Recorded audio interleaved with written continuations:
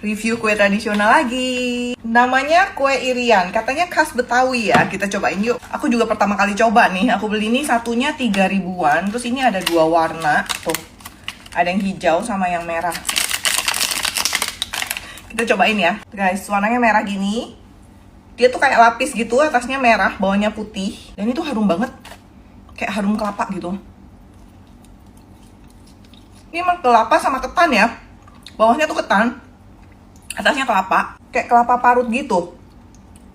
Dia teksturnya agak basah, tapi nggak basah banget dan padat. Enak-enak. Kelapanya tuh masih berasa daging kelapanya. Jadi nggak sampai yang hancur gitu loh parutan kelapanya. Jadi digigit masih ada tekstur daging kelapanya. Terus ada sedikit asin-asin gitu ya, dikasih garam dikit nih.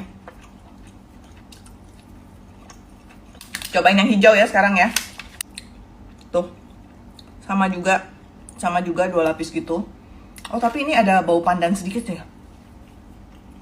Rasanya kurang lebih sama sih. Cuma ini ada bau pandannya sedikit.